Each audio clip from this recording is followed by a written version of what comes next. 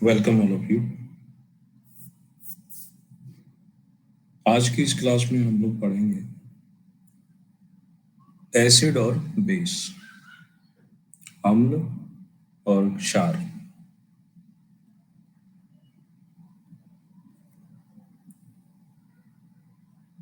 क्या होते हैं एसिड और बेस, उसको आज देखेंगे।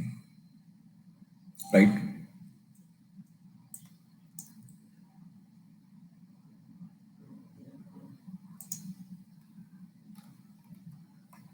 ये जो टॉपिक है मुख्य परीक्षा में काम आएगा, पीटी में भी काम आएगा। राइट।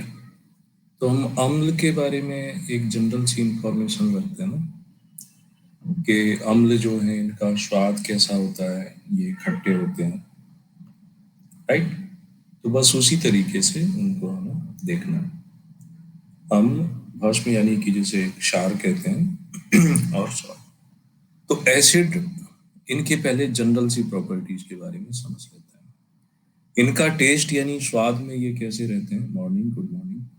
स्वाद में ये कैसे होते हैं, तो स्वाद इनका खट्टा होता है। राइट। लिटमस पेपर को क्या कर देते हैं, तो लिटमस पेपर यानी कि ब्लू कलर का जो लिटमस पेपर है उसको ये लाल रंग में बदल देते हैं, है ना। ये नॉर्मल सी जो बातें हैं वो। इसके अलावा ये क्या होते हैं कि अम्ल जो है वो पानी में घुलनशील होते हैं, डिजॉल्व हो जाते हैं। अक्सर ये रंगहीन होते हैं, कलरलेस होते हैं। राइट। इसके साथ साथ एसिड जो है, ये जो स्ट्रॉन्ग एसिड होते हैं, ये गुड कंडक्टर ऑफ इलेक्ट्रिसिटी, विद्युत धारा इनमें से प्रवाहित हो जाती है करीब। ठीक। अगर ये मेटल से क्रिया करें तो हाइड्रोजन गैस रिलीज करते हैं। ठीक। एसिड और बेस दोनों आपस में रिएक्शन करके सॉल्ट एंड पानी बनाते हैं।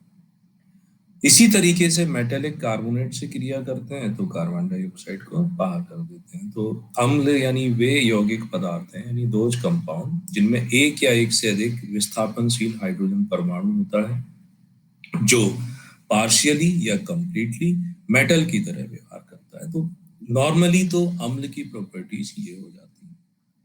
अब अम्ल की प्रॉपर्टीज हमें पता चल गई।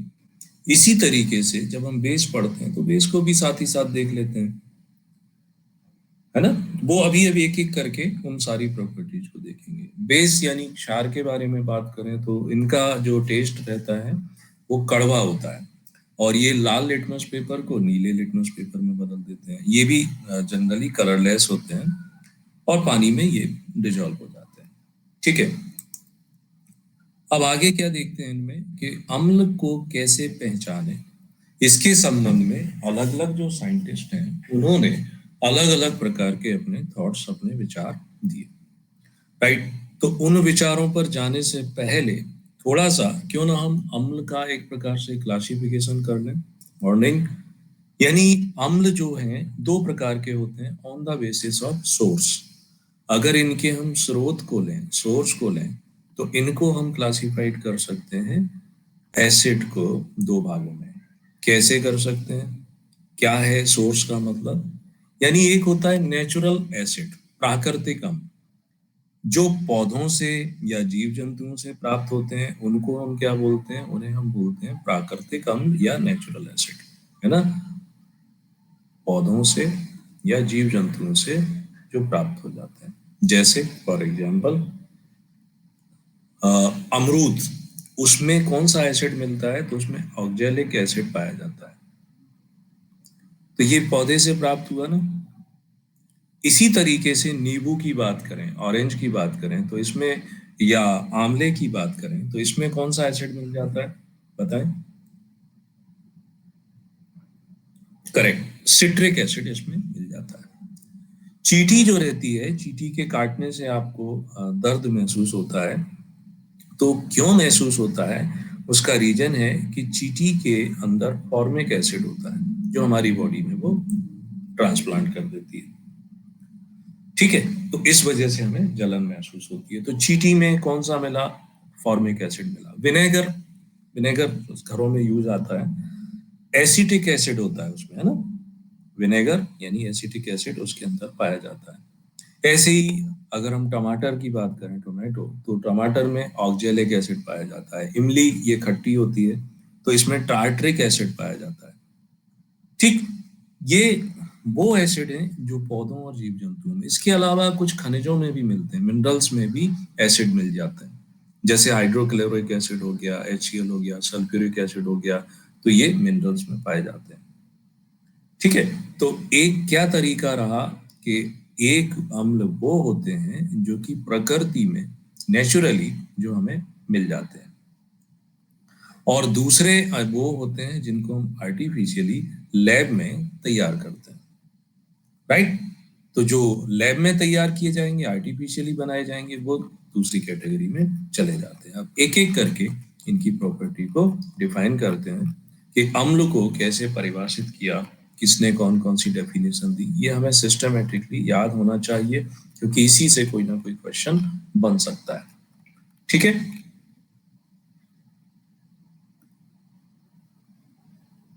नेचुरल HCl नेचुरल में आएगा, बट खनिज से प्राप्त होता है। अर्हीनियस नामक एक वैज्ञानिक जो है, उनके द्वारा एक थ्योरी दी गई एसिड के लिए, जैसे आयनिक थ्योरी के नाम से जानते हैं। 1884 में इस थ्योरी को उन्होंने प्रोपाउंड किया था। वो कहते हैं कि एसिड वेस्ट पदार्थ होते हैं, एसिड आर दो सब्सटेंस जो पानी में घुल करके H धन आयन देते हैं, H पॉजिटिव आयन देते हैं, जबकि बेस या क्षार वे पदार्थ होते हैं जो पानी में घुलने पर OH नेगेटिव आयन या हाइड्रोक्सिल आयन प्रोवाइड करते हैं। सिंपल सी डेफिनेशन है। फॉर एग्जांपल HCl को लें, HCl को अगर हम पानी में डिजोल्व करते हैं तो H पॉजिटिव आयन बन जाता है, और साथ ही साथ क्लोरीन नेगेटिव आयन बन जाता है। ये H पॉजिटिव आयन देते हैं। H पर अर्हीनियस थ्योरी, इट मींस HCl क्या हो गया, ये एसिड हो गया। सल्फ्यूरिक एसिड H2SO4 को अगर हम पानी में डिजोल्व करते हैं तो ये प्रोटॉन देता है, सल्फेट आयन में अलग हो जाता है, यानी ये भी हाइड्रोजन आयन देता है। तो इसका मतलब क्या है, H2SO4 भी एसिड हो जाता है। नाइट्रिक एसिड की बात करें, HNO3 की, अगर इसको पानी में डिजोल्व करते हैं तो प्रोटॉन यानी कि H धन आयन मिल जाता है, नाइट्रेट आयन अलग हो जाता है, तो इसमें H पॉजिटिव आयन मिल रहा है। इसका मतलब है ये एसिड है। ये एसिटिक एसिड है, CH3COOH। पानी में डिजोल्व करने पर इसमें H पॉजिटिव आयन मिल जाता है, और ये एसीटेट नेगेटिव आयन हो जाते हैं। क्या मिला, H पॉजिटिव आयन मिला। तो ये सारे के सारे जो सब्सटेंस थे, ये कौन से उदाहरण हो गए, इनको हम बोलते हैं एसिड। क्लियर है। अम्ल वे पदार्थ होते हैं जो जलीय विलयन में हाइड्रोजन आयन प्रोवाइड करते हैं। तो HCl, H2SO4, नाइट्रिक एसिड, एक दो आप याद कर सकते हैं। क्लियर है यहां तक। अब ये जो एसिड वाली थ्योरी है, इसके लिए कंपलसरी ये है कि पानी में घुलने पर H पॉजिटिव या OH नेगेटिव मिले, तब हम इनको आइडेंटिफाइड कर सकते हैं। PDF कहाँ से मिलेगा, यहीं से मिलेगा, डाउनलोड कर पाएंगे आफ्टर क्लास। दूसरी जो थ्योरी थी, दूसरा ब्रॉन्स्टेड और लॉरी, ये दो वैज्ञानिकों ने मिलकर के बताया। यानी ये वाली थ्योरी उन पर तो एप्लीकेबल हो जाती है जिनमें H और OH पाया जाता है। जिनमें OH ना मिले, H ना, तो उसके लिए क्या करेंगे, तो ब्रॉन्स्टेड एंड लॉरी ने ये बताया कि अम्ल वे पदार्थ होते हैं जो किसी दूसरे पदार्थ को प्रोटॉन डोनेट कर सकते हैं। प्रोटॉन का मतलब यहाँ पर रहता है H पॉजिटिव आयन से, और बेस यानी क्षार वे पदार्थ होते हैं जो प्रोटॉन को एक्सेप्ट कर लेते हैं, रिसीव कर लेते हैं। मतलब क्या हुआ इसका, जैसे जैसे ये एसिटिक एसिड हमने लिया था ना, CH3COOH, अब ये टूट जाता है CH3C नेगेटिव में, देन H पॉजिटिव में, इसे प्रोटॉन बोलते हैं। तो ये प्रोवाइडिंग H और प्रोटॉन, जो H प्रोटॉन देता है वो अम्ल है। तो यहां पर H प्रोटॉन किसने दिया, एसिटिक एसिड ने दिया। ऐसा सब्सटेंस जो इस H पॉजिटिव आयन को एक्सेप्ट कर ले, जैसे मान के चलो ये OH नेगेटिव आयन है, अगर इसके साथ H पॉजिटिव मिल जाएगा, है ना, तो ये रिसीव कर रहा है, इट मींस हाइड्रोक्सिल आयन क्या हो जाता है, बेस हो जाता है, क्षार हो जाता है। HNA थ्रू नाइट्रिक एसिड, इसमें H पॉजिटिव आयन निकलता है यहाँ पर, तो ये चीजें क्लियर हो जाती हैं। तो लॉरी और ब्रॉन्स्टेड ने OH के कंसेप्ट को कैंसिल कर दिया। यानी अगर वो सब्सटेंस जिसमें हाइड्रोक्सिल आयन नहीं पाया जाता है तो भी हम पहचान कर पाएंगे कि एसिड है या बेस है। एसिड होने के लिए प्रोटॉन प्रोवाइड करेगा, बेस होने के लिए प्रोटॉन को एक्सेप्ट करेगा। यहाँ तक किसी को कोई डाउट है, बेझिझक पूछ सकता है।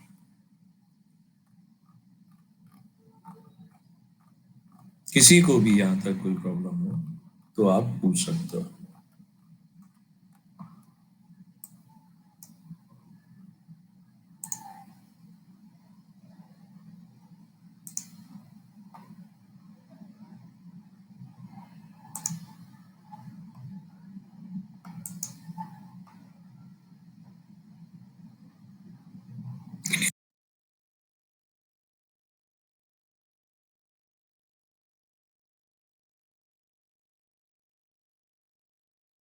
का मतलब पुराना जो कंसेप्ट है, क्लासिकल एज पर क्लासिकल कंसेप्ट अगर हम चले तो वहां पर acid is a substance whose aqueous solution possess the following properties, जैसे कंडक्टिविटी ऑफ इलेक्ट्रिसिटी। मेटल जैसे जिंक मैग्नीशियम इनके साथ ये रिएक्ट करेगा, प्रोवाइड हाइड्रोजन।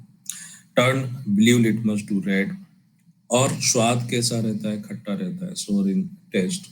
ये पुराना चलता है। बेस के बारे में प्रॉपर्टी क्या रहती है कि इनका एक्वस सॉल्यूशन जो रहता है लिटमस पेपर को नीला कर देता है, as a bitter in taste, यानी कड़वे होते हैं। और दूसरा बेस में एक और प्रॉपर्टी पाई जाती है, इनको अगर हम टच करते हैं तो ये चिकने होते हैं, जस्ट लाइक अ सोप, साबुन की तरह इनमें चिकनाहट मिलती है। तो ये क्लासिकल कंसेप्ट था। उसके बाद नेक्स्ट कंसेप्ट यानी अर्हीनियस ने जो दिया था 1884 में, ये कंसेप्ट को बताया था।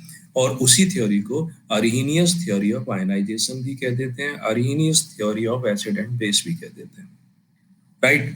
तो इन्होंने क्या बताया था कि acid is defined as a substance which contains hydrogen and which when dissolve into water give hydrogen ion. यानी कि वो पदार्थ जिनके पास हाइड्रोजन धन आयन होता है, पानी में घोलने पर जो हाइड्रोजन धन आयन प्रोवाइड कर देते हैं, उन्हें हम एसिड के रूप में मानते हैं, राइट। ठीक। फिर ये क्या कहते हैं, जैसे उदाहरण भी इन्होंने इसी तरीके से दिए, HCl, HNO3 और ये सब चीजें। अब यहाँ पर कुछ अम्ल बहुत ज्यादा प्रबल होते हैं, प्रबल यानी स्ट्रॉन्ग, और कुछ कम, यानी उनमें उतनी ज्यादा।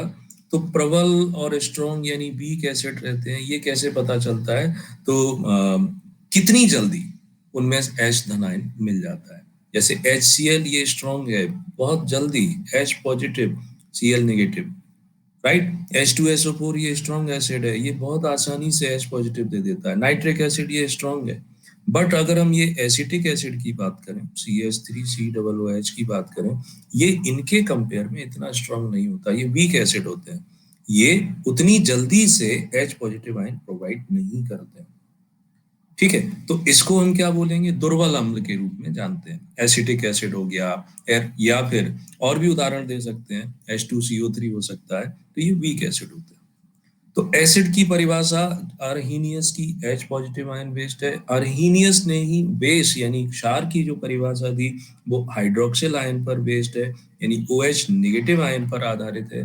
वो कहते हैं base is defined as a substance which contain hydroxyl group, यो और हाइड्रोक्सिल।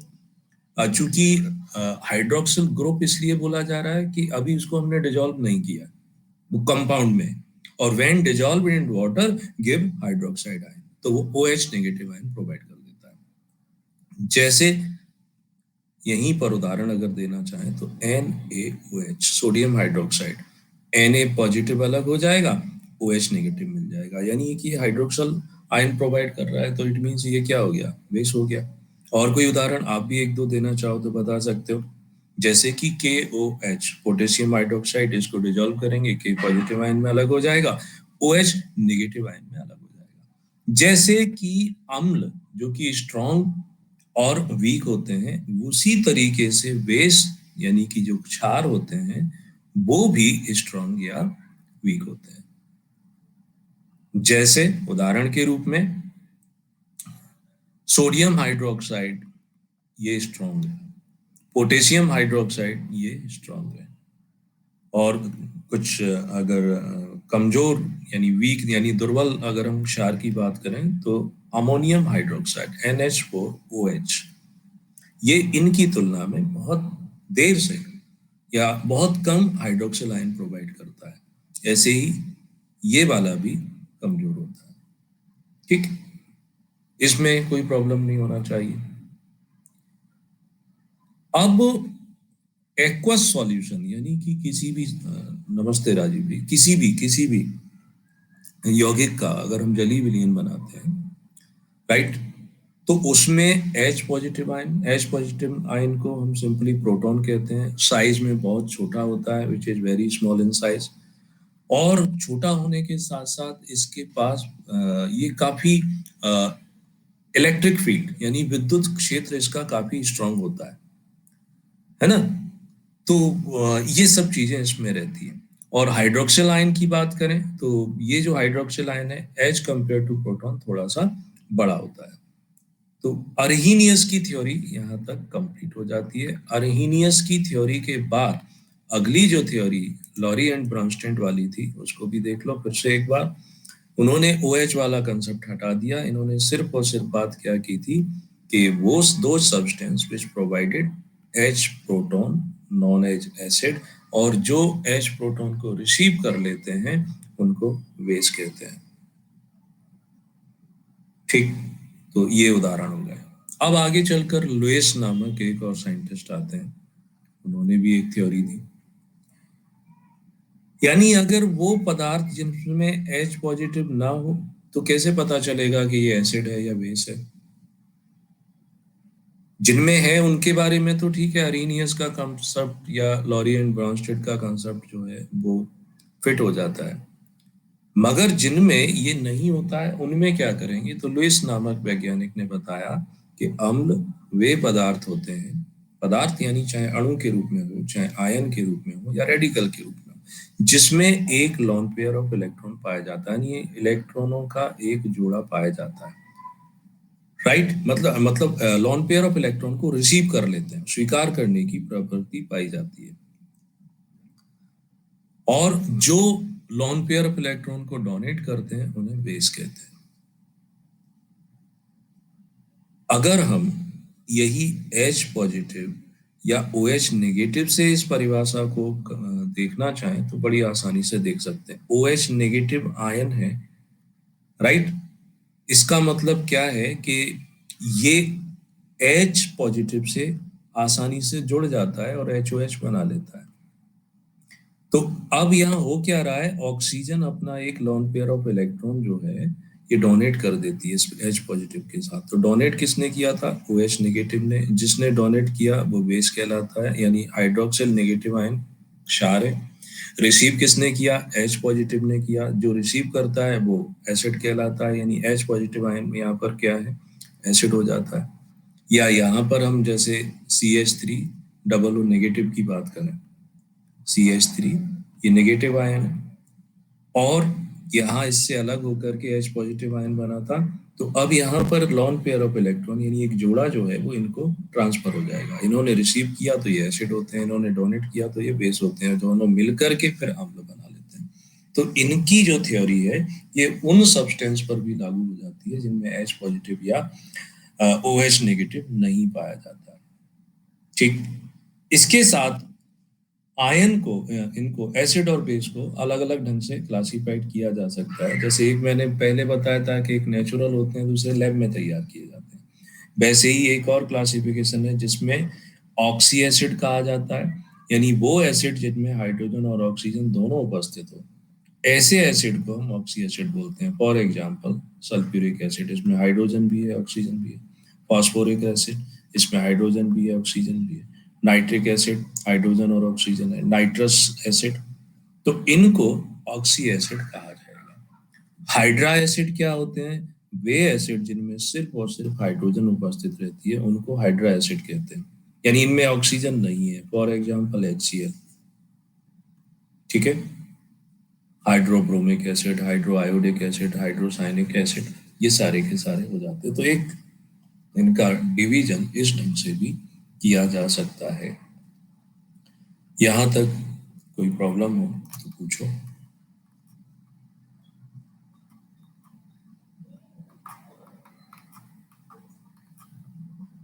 नहीं है प्रॉब्लम तो थम्स अप करके आगे बढ़ने का इशारा कर दो, जिससे कि आगे बढ़ जाते हैं ना। अब आते हैं यूज ऑफ एसिड। एसिड का क्या प्रयोग होता है? तो एसिड के अलग अलग प्रयोग होते हैं। उन प्रयोगों पर जाने से पहले थोड़ा सा और डिटेल में ब्रॉन्स्टेड और लॉरी के कंसेप्ट को एक बार दोहरा देता हूँ। लॉरी और ब्रॉन्स्टेड ईयर 1923 में अपने इस थ्योरी को बताते हैं, प्रोटॉन वाली जो थ्योरी है। वो बताते हैं कि acid is defined as a substance which has the tendency to give a proton. अम्ल वो पदार्थ होते हैं जिनमें एक प्रोटॉन देने की प्रवृत्ति पाई जाती है। Base is defined as a substance which has tendency to accept a proton. अब क्षार वे होते हैं जो प्रोटॉन को ग्रहण कर लेते हैं। तो एसिड यहाँ पर क्या हो जाएगा? प्रोटॉन डोनर के रूप में, और बेस जो है वो प्रोटॉन एक्सेप्टर या रिसीवर के रूप में हो जाएगा। मैं कुछ यहाँ आपको लिख देता हूँ, आप पहचानेंगे कि इसमें कौन सा एसिड होगा और कौन सा बेस होगा। Right, HCl plus H2O। Double arrow इसलिए लगा देते हैं क्योंकि ये रिएक्शन फॉरवर्ड भी चलती है, बैकवर्ड भी चलती है। आयनिक रिएक्शन है ना, पढ़ा था ना, टाइप ऑफ केमिकल रिएक्शन, और तो ये रिवर्स होती रहती है। अब यहाँ पर ये H3O प्लस दूसरा यहाँ पर क्या बन जाता है? Cl नेगेटिव बन जाता है।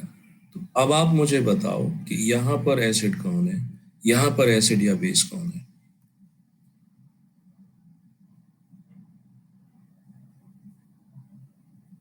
ये जो H3O लिखा है ये कैसे बना होगा? इस H2O के साथ एक H और जुड़ गया होगा ना, बताओ यहाँ पर।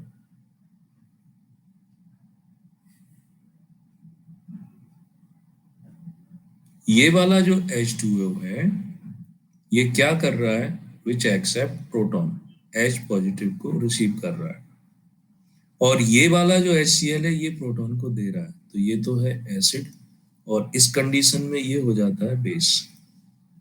अगर हम इधर बात करें तो अब क्या होता है? ये H3O जो है ये पॉजिटिव, ये अपना प्रोटॉन इसको दे देता है। डोनर कौन है? अब ये है, जो डोनर है वो एसिड है, रिसीवर कौन है? ये है, तो ये क्या है? बेस। यानी फिर से याद कर लो कि वह सब्सटेंस जो H प्रोटॉन देगा वह एसिड होता है, जो H प्रोटॉन को रिसीव करता है वो बेस होता है, और ये सब पर लागू हो जाता है। राइट, आया थोड़ा बहुत समझ में? HCl एसिटिक एसिड, ये एसिड है क्योंकि H प्रोटॉन दे देते हैं। जैसे दूसरी एक एग्जांपल लिख लेता हूँ, मान लो CH3COOH प्लस इनका एक्वस सॉल्यूशन यानी कि पानी में डिजॉल्व करेंगे तो ये H3O प्लस CH3COO नेगेटिव। यहाँ इसने प्रोटॉन अपना इसको दे दिया तो ये बेस था। यहाँ राइट साइड में चलते हैं तो इसने अपना प्रोटॉन इसको दे दिया तो अब ये एसिड था और ये बेस था। बहुत सिंपल सा है, पहचानने में कोई इसमें समस्या नहीं आती है। ठीक है, पानी दोनों तरीके का व्यवहार करता है, तो प्रोटॉन को ले भी लेता है, छोड़ भी देता है, डिपेंड करता है अवेलेबिलिटी के ऊपर। ठीक, इतना क्लियर है? अब ब्रॉन्स्टेड और लॉरी का जो कंसेप्ट है, इसके फायदे क्या है, बेनिफिट क्या है, एडवांटेज क्या है? तो इसका जो एडवांटेज है वो ये रहता है कि ये लिमिटेड नहीं रहा उन सब्सटेंस के लिए जिन पर हाइड्रोक्सिल आयन भी होना चाहिए, OH नेगेटिव होना चाहिए, है ना। तो Bronsted and Lowry concept is not limited to molecules which have hydroxyl ion. ये उनके ऊपर भी लागू हो जाता है जिनमें सिर्फ प्रोटॉन होना चाहिए, प्रोटॉन देंगे प्रोटॉन लेंगे उस पर। ये जो कंसेप्ट है ये बहुत सारी चीजों के एसिडिक नेचर को, बेसिक नेचर को एक्सप्लेन करने में सक्सेसफुल है। जैसे NH3 अमोनिया जो है, इसको हम अर्हीनियस की थ्योरी से नहीं पता लगा सकते कि ये एसिड है या बेस है, लेकिन यहाँ पर लॉरी और ब्रॉन्स्टेड के कंसेप्ट से हम पता लगा सकते हैं कि NH3 क्या है। बताओ NH3 क्या है। NH3 को अगर इसका हम एक्वस सॉल्यूशन बनाते हैं तो ये कैसे रिएक्ट करता है, ये NH4 पॉजिटिव आयन में बदल जाता है, प्लस पानी जो है वो हाइड्रोक्सिल में बदल जाएगा। तो NH3 यहाँ कर क्या रहा है, ये प्रोटॉन को रिसीव कर रहा है ना, और जो प्रोटॉन को रिसीव करता है वो क्या कहलाता है, बेस कहलाता है। तो इस तरीके से ये जो लॉरी एंड ब्रॉन्स्टेड का जो कंसेप्ट है, ये कुछ ऐसे सब्सटेंस की एक्सप्लेनेशन कर देता है जो कि अरेनियस नहीं कर पाता है।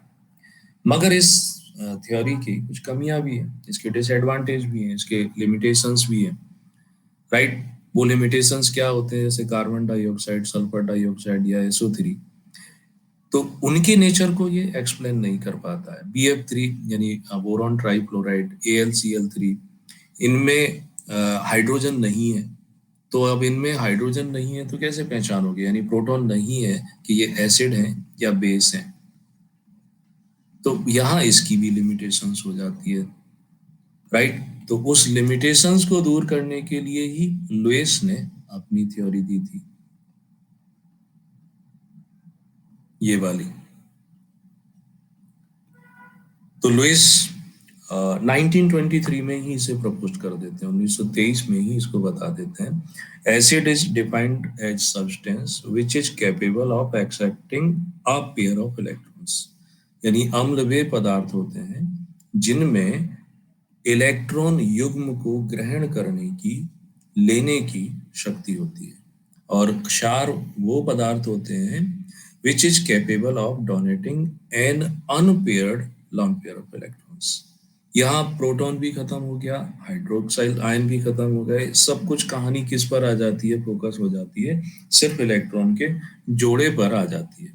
तो सिंपल सी बात है, एसिड जो है वो इलेक्ट्रॉन पेयर का एक्सेप्टर है या रिसीवर है, बेस जो है वो इलेक्ट्रॉन पेयर का डोनर है, राइट। तो अब यहाँ पर जैसे BF3 को ना तो अर्हीनियस का थ्योरी कुछ बता पा रहा है, ना लॉरी एंड ब्रॉन्स्टेड का बता पा रहा है। अब यहाँ हम BF3 को समझें इस थ्योरी से कि वो क्या है। बोरॉन है, इसके साथ 3 फ्लोरीन जुड़े हुए हैं, राइट। अब ये बताओ कि ये क्या होगा, एसिड होगा या बेस होगा। बोरॉन ट्राइफ्लोराइड एसिड होगा या बेस होगा।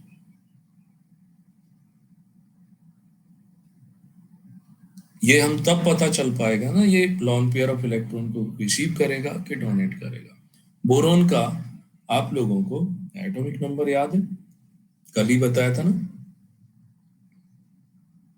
6 तो कार्बन का होता है,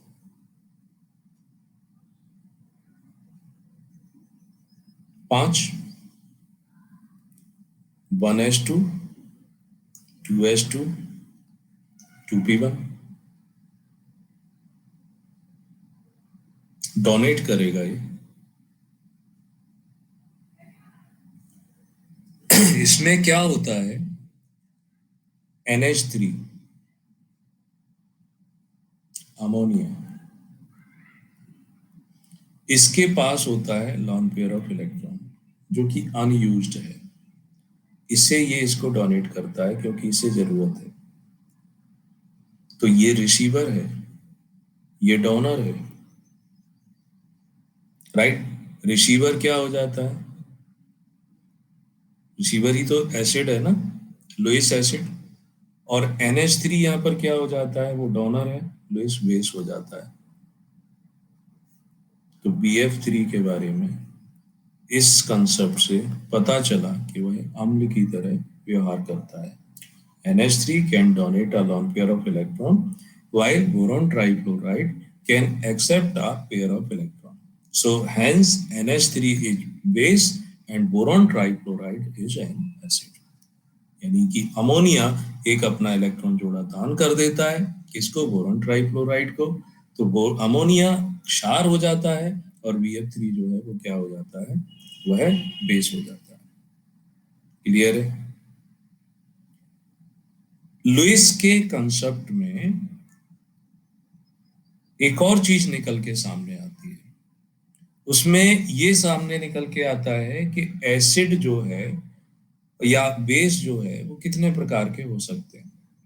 अगर हम एसिड को क्लासिफाइड करें तो एसिड मॉलिक्यूल के रूप में भी हो सकता है, यानी अणु के रूप में भी हो सकता है, जिसका जो केंद्रीय परमाणु होगा, सेंट्रल एटम जो होगा, उसमें क्या होगा? उसका ऑक्टेट पूरा नहीं होगा। ये लॉन पेयर ऑफ इलेक्ट्रॉन क्यों ले रहे हैं? क्योंकि उसमें 6 इलेक्ट्रॉन होंगे, 2 इलेक्ट्रॉन की कमी होती होगी। जैसे अगर हम BF3 का ही एग्जांपल ले लें तो इसमें जो सेंट्रल एटम जो है वो बोरॉन है, इसके पास 2 इलेक्ट्रॉन ये हो गए, 2 इलेक्ट्रॉन ये हो गए, 2 ये हो गए, यानी 6 इलेक्ट्रॉन है। 2 इलेक्ट्रॉन की कमी है, इसलिए ये रिसीव करता है ना? तो मॉलिक्यूल के रूप में भी कुछ पदार्थ होते हैं जो कि अम्ल की तरह बिहेवियर करते हैं। जैसे AlCl3 ये सेंट्रल एटम है, इसका भी ऑक्टेट पूरा नहीं है, तो पूरा करने के लिए ये रिसीव करते हैं। इसी तरीके से FeCl3 जो है, इसका भी ऑक्टेट पूरा नहीं है, सारे के सारे मॉलिक्यूल है। तो एसिड मॉलिक्यूल के रूप में मिल जाता है। दूसरी तरफ लुईस की थ्योरी में कुछ पॉजिटिव आयन जो होते हैं वो भी अम्ल की तरह व्यवहार करते हैं। जैसे Ag+, यानी कि Ag सिल्वर चांदी पॉजिटिव आयन है। पॉजिटिव आयन है तो इसको भी अब 2 इलेक्ट्रॉन की जरूरत पड़ती है। तो ये भी किसी ऐसे सब्सटेंस से जिसके पास unused lone pair of electron हो, उससे वो रिसीव कर लेगा, तो ये क्या हो जाएगा? एसिड हो जाएगा। राइट? तो एक ये भी तरीका होता है। और अगर थोड़ा सा कॉम्प्लिकेटेड करें इसमें, तो कई बार ऐसे भी आपको सब्सटेंस मिलते हैं जिनमें मतलब d ऑर्बिटल जो होती है वो खाली होती है। जैसे मैं एक उदाहरण देता हूं, SnCl4 या SiF4 सिलिकॉन, ये सब सिलिकॉन वो आ जाते हैं ना, डी ब्लॉक वाले एलिमेंट आ जाते हैं। अब इसमें 4 फ्लोरीन जुड़े हुए हैं, 4 फ्लोरीन जुड़े हैं, इट मींस ये तो ऑक्टेट पूरा कर रहा होगा, एक इसका एक इसका, बट उसके बाद भी ये लॉन पेयर ऑफ इलेक्ट्रॉन को रिसीव कर लेता है। तो वो लॉन पेयर ऑफ इलेक्ट्रॉन इनका कहाँ जाता है? डी ऑर्बिटल में चला जाता है। तो उस इससे ज्यादा जाने की जरूरत नहीं, यहीं तक हम अपने आप को कन्फाइंड कर सकते हैं। लुईस कंसेप्ट, लुईस की थ्योरी से क्या लाभ मिला? इस थ्योरी से हमें ये एक्सप्लेनेशन में हेल्प मिल जाती है कि एसिड और बेस जो है, इसके लिए प्रोटॉन या हाइड्रोक्सिल आयन की जरूरत नहीं पड़ सकती। राइट? एम्प्टी डी ऑर्बिटल पाई जाती है। एम्प्टी डी ऑर्बिटल होने की वजह से वो लॉन पेयर ऑफ इलेक्ट्रॉन को ले लेते हैं इसमें।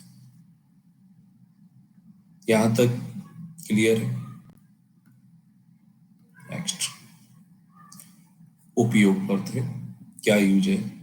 तो सल्फ्यूरिक एसिड का या अलग अलग जो एसिड रहते हैं उनके कुछ उपयोग हमें बताने होते हैं। ठीक है, तो वो बता देते हैं कि इसका ये उपयोग है, इसका ये उपयोग है। जैसे सल्फ्यूरिक एसिड इसका यूज रहता है पेट्रोलियम के शोधन में, एक्सप्लोसिव बनाने में, कलर मेडिसिन बनाने में, लेड स्टोरेज जो बैटरियां रहती हैं उसमें।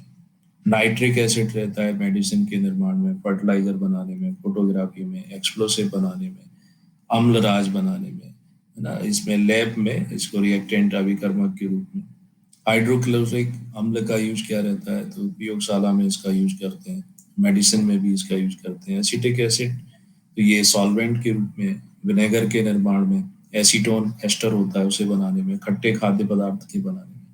फॉर्मिक एसिड जो रहता है ये जीवाणुनाशक के रूप में, फलों को लंबे समय तक स्टोर करने में, है ना। कोएगुलेशन ऑफ रबर, चमड़े की टैनिंग जो की जाती है, प्यूरिफाई करते हैं, उसमें इसका उपयोग कर सकते हैं।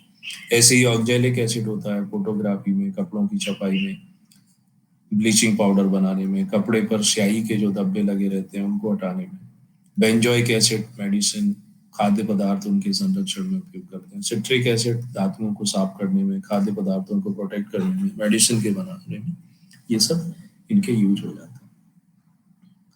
बट कुछ जो सब्सटेंस हैं उनके हम स्पेसिफाइड कुछ यूज लिख लें, हो सकता है उनसे कोई ना कोई चीजें 3 नंबर में पूछी जा सकती है।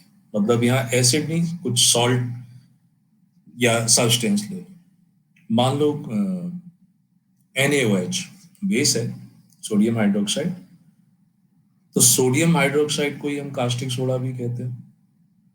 अब इसका क्या यूज है तो वो यहाँ पर लिख लेंगे, देन फिर पीएच वैल्यू पर चलते हैं। ओके, सोडियम हाइड्रोक्साइड NaOH, इसके बनाने का प्रोसेस नहीं पूछेंगे कि इसको बनाया कैसे जाता है, तो सोडियम क्लोराइड और उसका जो एक्वस सॉल्यूशन होता है, तो बनाने के प्रोसेस पे नहीं जाना है। बस इसका उपयोग ये है कि सोडियम हाइड्रोक्साइड का एक उपयोग किया जाता है ग्रीस जो रहती है तो उसको साफ करने में।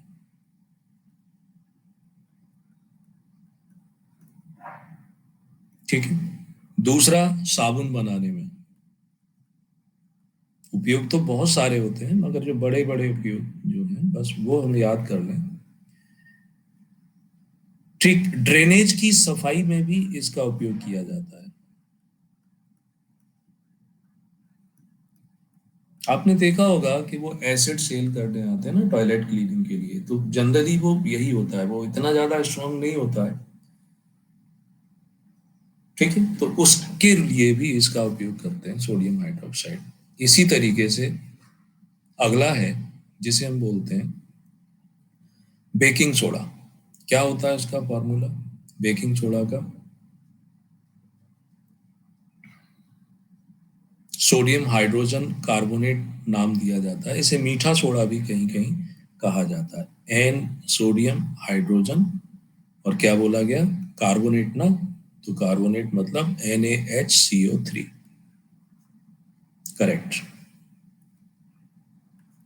तो लिख सकते हो बेकिंग सोडा।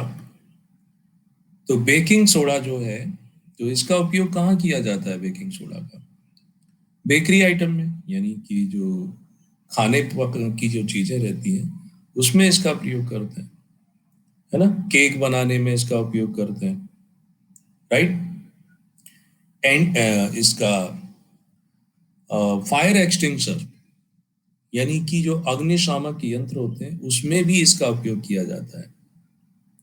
तो उसमें इसका उपयोग कैसे करते हैं कि जैसे फायर एक्सटिंग्विशर में ये बेकिंग सोडा लिया प्लस इसके साथ मिला देते हैं सल्फ्यूरिक एसिड, तो ये दोनों रिएक्शन करते हैं और उससे निकलती है क्या, कार्बन डाइऑक्साइड। और कार्बन डाइऑक्साइड यदि आग के ऊपर डालोगे तो आग को बुझा देती है, तो उस रूप में भी इसका प्रयोग किया जाता है। ठीक है, नेक्स्ट जो धावन सोडा बोलते हैं सोडियम कार्बोनेट Na2CO3, वास्तव में इसके साथ 10H2O और जुड़ा रहता है, यानी पानी के 10 मॉलिक्यूल इसके साथ जुड़े रहते हैं धावन सोडा। इसका उपयोग साफ सफाई में, साथ ही साथ जो हार्ड वाटर रहता है ना, कठोर जल रहता है, उसको सॉफ्ट में बदलने में, यानी कि उसको मृदु जल में बदलने के लिए भी इसका प्रयोग किया जाता है। ग्लास इंडस्ट्री में, कांच उद्योग में भी इसका उपयोग किया जाता है, राइट। इसके बाद अगला है ब्लीचिंग पाउडर, ब्रंजक चूर्ण जिसे कहते हैं।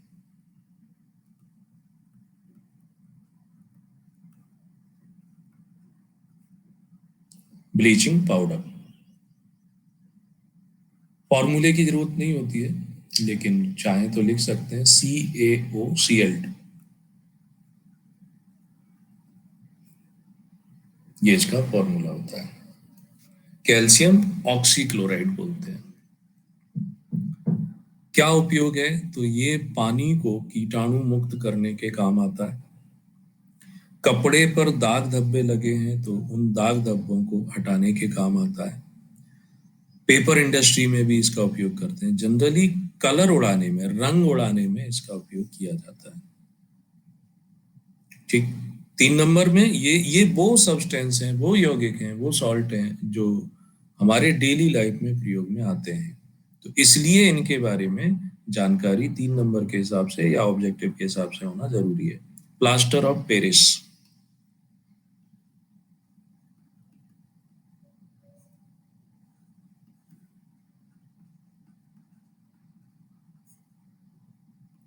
तो प्लास्टर ऑफ पेरिस जो है CaSO4 हाफ H2,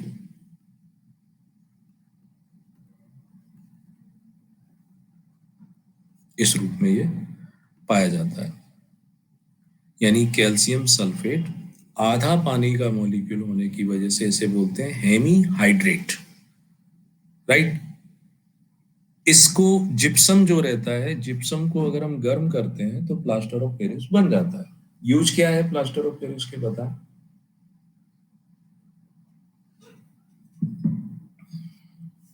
सभी ने देखा सुना होगा प्लास्टर ऑफ पेरिस। यूज क्या है? हड्डी जोड़ने, टूटी हुई हड्डियों को जोड़ने में। एक्चुअल में हड्डियों को जोड़ने का काम इसका नहीं है, बट जो बोन है, हड्डी है, टूट गई है, अगर वो हिलती डुलती रहेगी तो उसको ये फिक्स करता है, स्थिर करता है, टू स्टेबलाइज बोन। ना कि जोड़ने का काम। जोड़ने का काम हड्डियों में अपने आप से ऑटोमेटिकली हड्डियां जुड़ जाती हैं। जिस जगह से वो टूटी हुई है, क्रैक हुई है, अगर उसको उसी पोजीशन में छोड़ देंगे तो जुड़ जाएगी। तो इसके द्वारा स्टेबल कर देते हैं। अगर स्टेबल नहीं करेंगे तो गलत जगह पर जुड़ जाएगी, जो कि प्रॉब्लम क्रिएट करेगा। तो टूटी हुई हड्डियों को स्थिर करने में, जोड़ने के स्थान पर क्यों ना इसको ऐसा लिखें कि स्थिर करने में, टू स्टेबलाइज्ड। मेरा एक बार एक्सीडेंट हुआ था। मैं बाइक पे था तो एक कार वाला ठोक के चला गया। इंदौर का सीन है, 7-8 साल पहले की बात है। तब मैंने महसूस किया कि लड़के को यदि चोट लगती है तो कोई हेल्प करने नहीं आता है। कोई भी नहीं आया उठाने के लिए, खुद ही उठते हैं, खुद ही बाइक साइड लगाते हैं। तो मेरे इस वाले अंगूठे में, ये अंगूठे की हड्डी क्रैक हो गई। अब ये अंगूठे की हड्डी छोटी रहती है बहुत ज्यादा, अब इसको स्टेबल कैसे करोगे? तो पहले कोशिश की प्लास्टर ऑफ पेरिस से, बट वो बात नहीं बनी। तो फिर इसमें मेटल, मतलब यहाँ पर एक ड्रिल किया जाता है, यहाँ होल, एक यहाँ ड्रिल किया जाता है, फिर उसमें के वायर लगा देते हैं। तो ऐसे वो हमेशा फिक्स रहता था। ओपन देख करके डर लगता था।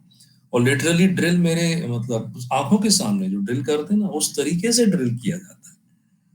तो मेडिसिन साइंस बहुत आगे है, क्या से क्या कर देता है। सो एक तो ये हो गया कि हड्डियों का, साथ ही साथ प्लास्टर ऑफ पेरिस से घरों में सजावट का सामान भी बनाते हैं, स्टेच्यू, मूर्ति वगैरह जो रहती है। ठीक। इसके साथ साथ आपने देखा होगा दीवारों पर जो गड्ढे पड़ जाते हैं तो उनको भरने के लिए भी प्लास्टर ऑफ पेरिस, पीओपी, आजकल सीलिंग भी बनाते हैं ना, छत बनाते हैं, तो ये सब इसके यूज हो जाते हैं। क्लियर है? तो ये कुछ जनरल से सब्सटेंस जिनके यूज हमें देखने थे। अब चलते हैं स्पेसिफाइड क्षार के बारे में पढ़ने के लिए। जैसे अम्ल के बारे में सारी प्रॉपर्टीज थी, वही रिपीटेटिव है।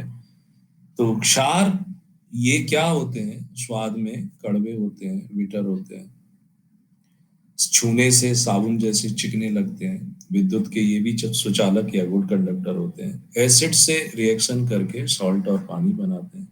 लाल लिटमस को ये नीला कर देते हैं, मिथाइल ऑरेंज को ये येलो कर देते हैं। तेल और गंधक को आपस में, मतलब डिजोल्व किया जा सकता है। जैसे जनरली क्या होता है कि ऑयल को हम डिजोल्व किस में करेंगे? अगर पानी में करते हैं नहीं होता है, तो मगर क्षार में आसानी से डिजोल्व हो जाता है। ये कार्बनिक पदार्थों को नष्ट कर देते हैं। फिनोप्थिलीन का रंग गुलाबी कर देते हैं।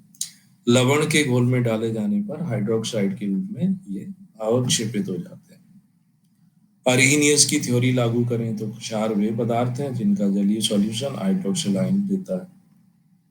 ब्रॉन्स्टेड एंड लॉरी के अकॉर्डिंग चलें, क्षार वे पदार्थ होते हैं जो प्रोटॉन को ग्राइंड कर लेते हैं। लुईस की थ्योरी के अकॉर्डिंग चलें, क्षार वे पदार्थ होते हैं जिनमें इलेक्ट्रॉन पेयर को डोनेट करने की कैपेबिलिटी होती है। ठीक। अब जैसे हमने वहां पर एसिड को डिवाइड किया था oxy acid and hydra acid, वैसे ही कुछ बेस होते हैं जो पानी में डिजॉल्व हो जाते हैं, कुछ बेस होते हैं जो पानी में डिजॉल्व नहीं होते हैं। जो पानी में डिजॉल्व हो जाते हैं जैसे sodium hydroxide, potassium hydroxide, calcium hydroxide, ammonium hydroxide, right. और वे जो पानी में डिजॉल्व नहीं होते हैं तो जैसे zinc oxide, ferrous oxide, ferric oxide, aluminium oxide, copper hydroxide, ferrous hydroxide, ये हो सकता है। अब इसमें भी कुछ उपयोग, कैल्शियम हाइड्रोक्साइड का उपयोग क्या होता है, घरों में जो पुताई आदि रहती है उसके रूप में इसका उपयोग करते हैं, ब्लीचिंग पाउडर बनाने में उपयोग करते हैं, पानी को सॉफ्ट बनाने में भी इसका उपयोग करते हैं। ठीक, यदि एसिड से जलन हो जाती है तो उस पर इसको लगा करके काफी हद तक दूर किया जा सकता है। मिट्टी एसिडिक है तो उसकी अम्लीयता को इसके द्वारा दूर किया जाता है। ये अभी हम देख चुके हैं कास्टिक सोडा के बारे में। पोटेशियम हाइड्रोक्साइड, इसके बारे में भी है ना। कैल्शियम ऑक्साइड, तो जो गारा बनाया जाता है आरसीसी, पहले जो पुराने घर बनते थे अगर आपने देखे हो तो उसमें चूने का ही प्रयोग किया जाता था। बजरी होती थी, उसको पत्थर से रोल करके उसे बारीक किया जाता था। वो आज भी बड़े बड़े जो किले या पुरानी जो हवेलियां मिलती हैं उसमें ये चीजें मिल जाती हैं, बहुत स्ट्रांग होते हैं। मैग्नीशियम हाइड्रोक्साइड, पेट में एसिडिटी है तो उसे दूर करने के काम आ जाता है। अम्ल का पॉइजनिंग इफेक्ट जो है उसको दूर करने के काम आ जाता है।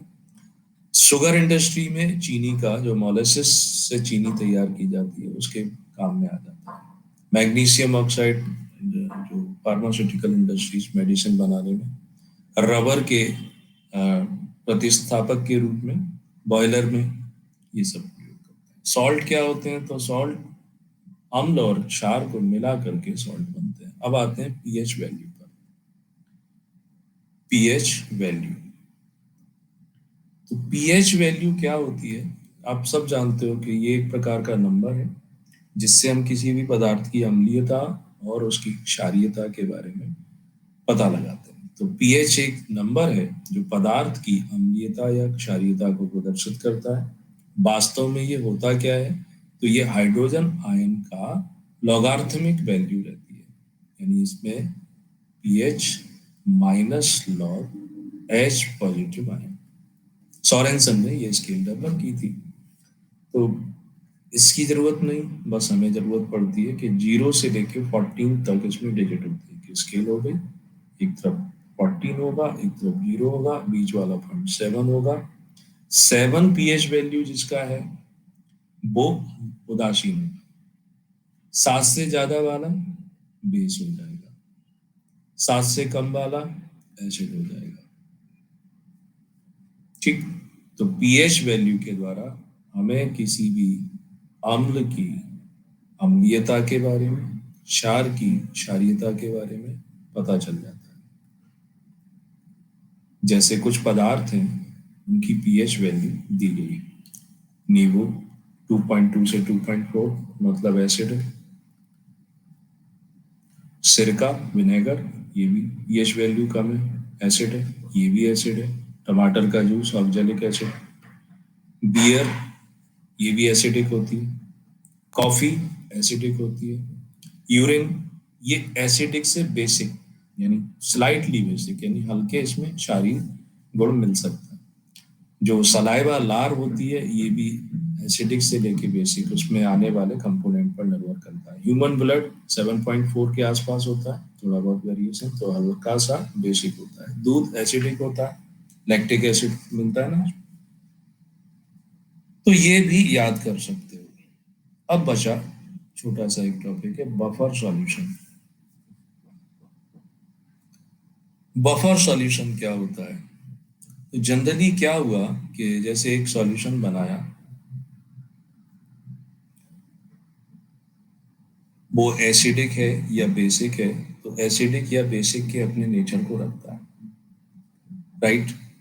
अगर हम क्या करें, जैसे मान लो कोई एसिडिक सॉल्यूशन है और बाहर से कुछ उसमें पदार्थ मिलाते हैं बेसिक हो, फिर भी वो अपनी एसिडिटी को बनाए रखता है, तो एक लेवल तक बनाए रखने वाली चीजों को हम उसे बफर सॉल्यूशन कहते हैं। जैसे सोडियम एसीटेट और एसिड, ये दोनों मिला देते हैं तो ये ना समझ में आए तो उसको स्किप भी कर सकते हो, कोई बड़ी बात नहीं। यहाँ तक कुछ कोई क्वेश्चन हो, कोई क्वेरी हो तो पूछो। अगर कोई ऐसा सॉल्यूशन जिसका पीएच वैल्यू 7 है तो वो कैसा होगा? उदासीन होगा, राइट? अच्छा, एक आपने देखा होगा कि दूध जो देने आते हैं ना, कुछ लोग दूध सुबह 10, 11, 12 बजे तक सप्लाई करते रहते हैं, जबकि दूध को 2, 3 घंटे में अगर गर्म नहीं करोगे तो वो फट जाता है। अब दूध अक्सर 5, 6 बजे निकाला जाता होगा, और जबकि शहरी क्षेत्रों में सप्लाई किया जाता है तो ग्रामीण क्षेत्र में 4 से 5 बजे वो दूध निकाल लिया जाता है। फिर उसके बाद भेजने में, ट्रांसपोर्टेशन में 1, 8, 1.5 घंटे का समय लगता है, फिर वो डिस्ट्रीब्यूशन चलता है। तो ये 11, 12 बजे तक, 10 बजे तक उस दूध को कैसे बांटते रहते हैं बिना दूध के खराब हुए? ये चमत्कार कैसे हो जाता है?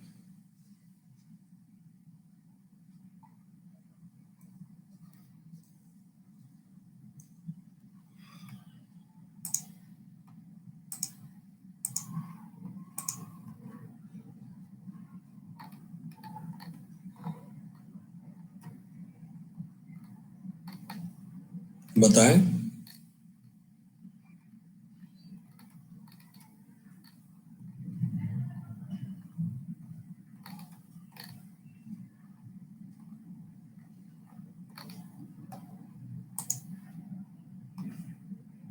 सब घर चले गए।